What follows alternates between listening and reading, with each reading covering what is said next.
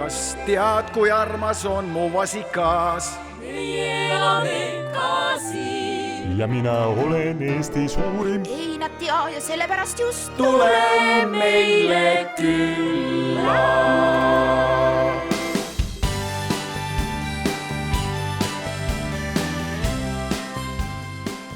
Nopri on esiisade talu aastast 1859, kui mil selle kandi talumehed ostsid mõisast välja maad ja nii ka meie esiisad, nii et talupoeg Tiit on siin 6.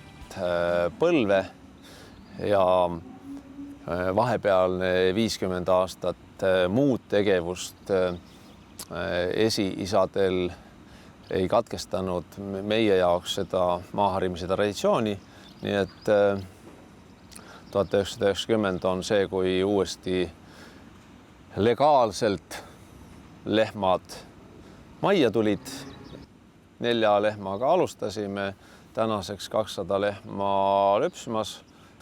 See, et võrokeste maal ei ole viljakad pinnad, sealhulgas Nopris, seda üldiselt teatakse. See, et piima tootmiseks rohumaade pidamine on ka kehvematel maadel võimalik, kas seda tavaline inimene ehk mõikab.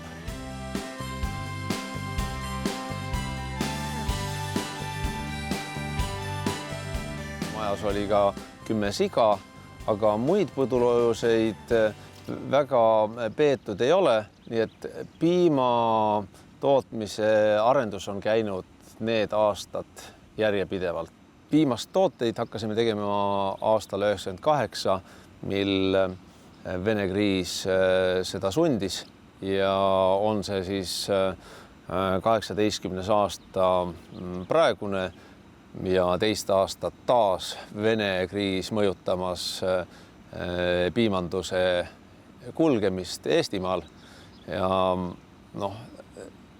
rasketel aegadel on kõigile arusaadav, et ise piima käitlemine, tarbijale tassimine on mõistlik tegevus. Vahepealsetel aastatel võib vaadata ka, et suurtööstuste ja talumeestele mitte kuuluvate tööstuste abil saab ka hakkama. 30 erineva tooteringis on piimatoodetest toorpiimast kõva juustuni, mis oma talu piimast valmistame.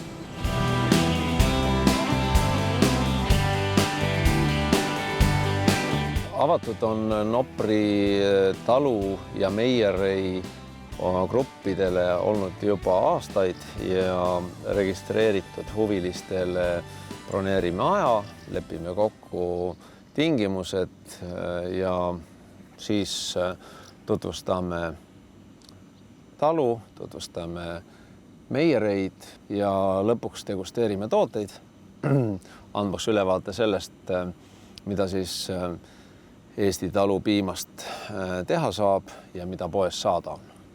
Avatud talu päeva puhul on kõik nagu terve päeva jooksul maksimumväärtustes.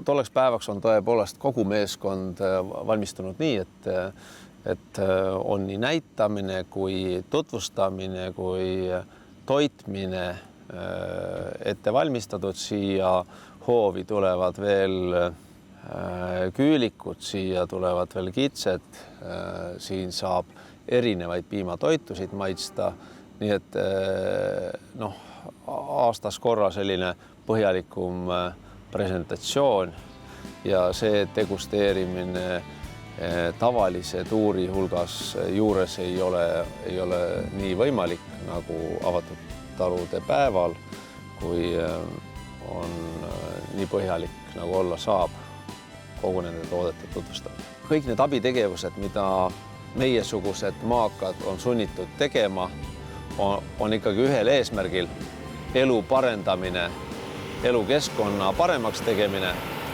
ja sellest nagu mööda vaadata ei saa.